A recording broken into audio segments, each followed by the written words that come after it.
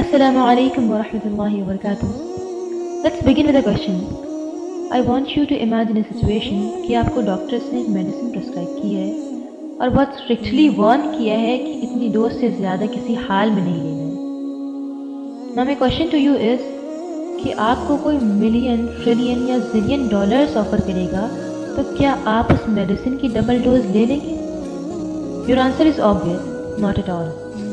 But why? کیونکہ ہم اچھی طرح جانتے ہیں کہ doctors are experts of medical field, اور ڈاکٹرس نے اگر ہمیں کسی میڈیسن کی زیادہ ڈوز لینے سے منع کیا ہے تو اس میں ہمارا ہی فائدہ ہے، کیونکہ ڈاکٹرس ہمارا بایولوجیکل سسٹم جتنے اچھے سے جانتے ہیں ہم نہیں جانتے، تو ہم ان کی بات ضرور مانیں گے جو ہمارے سسٹم کو ہم سے زیادہ جانتے ہیں. Now comes the point to test our faith.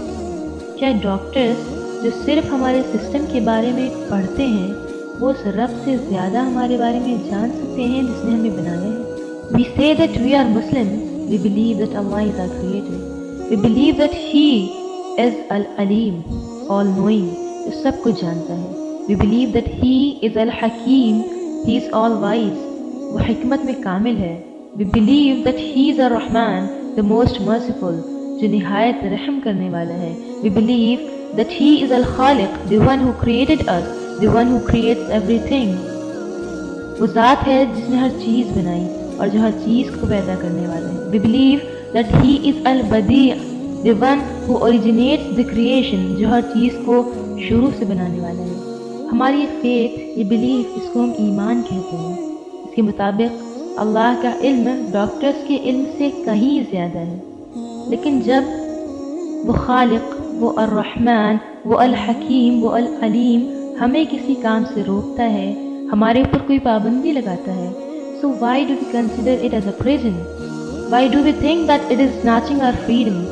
جو پابندی ہم پر ڈاکٹرز لگاتے ہیں وہ ہماری بھلائی کے لیے، اور جو ہمارے اللہ ہم پر لگاتے ہیں، جو ہمارے بہترین خیر خواہ ہیں، کیا وہ ہماری بھلائی کے لیے نہیں ہے؟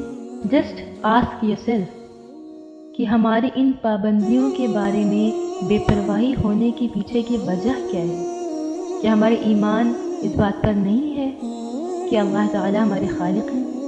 یا ہمیں اپنے انجام کی فکر ہی نہیں ہے، یا ہم اس گمان میں ہیں کہ ہمیں اپنے انجام دیکھنا ہی نہیں ہے؟ Let us take another example. Suppose کہ آپ ایک بہت ماہر مکینک کو جانتے ہیں جو مشینز کی بڑی سے بڑی ٹیکنیکل فالٹس کو منٹس میں دور کر دیتا ہے، تو کیا آپ اپنے کڈنی اسٹون کا علاج کروانے اس کے پاس جائیں گے؟ How silly question is this? But believe یہ کام ہم اپنی زندگی میں روزانہ کرتے ہیں. We know this is the era of science and technology. دنیا ٹیکنالوجی کی فیلڈ میں کتنی ترقی کر چکی ہے، اور جو قوم آج اس میں سب سے آگے ہے وہ مغربی لوگ ہیں، یعنی ویسٹرن کلچر کو فالو کرنے والے.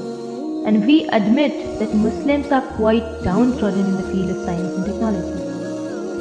But you know what we Muslims are doing?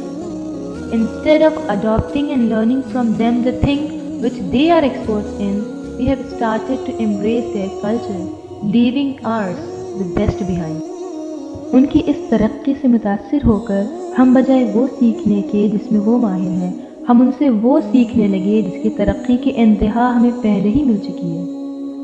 ہم نے اپنے کلچر کو چھوڑ کر ان کا کلچر فالو کرنا شروع کر دیا، just to look modern like them.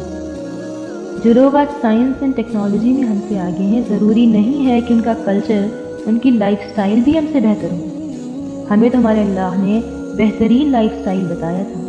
ہم تو وہ تھے جو سنتوں پر جان دیتے تھے.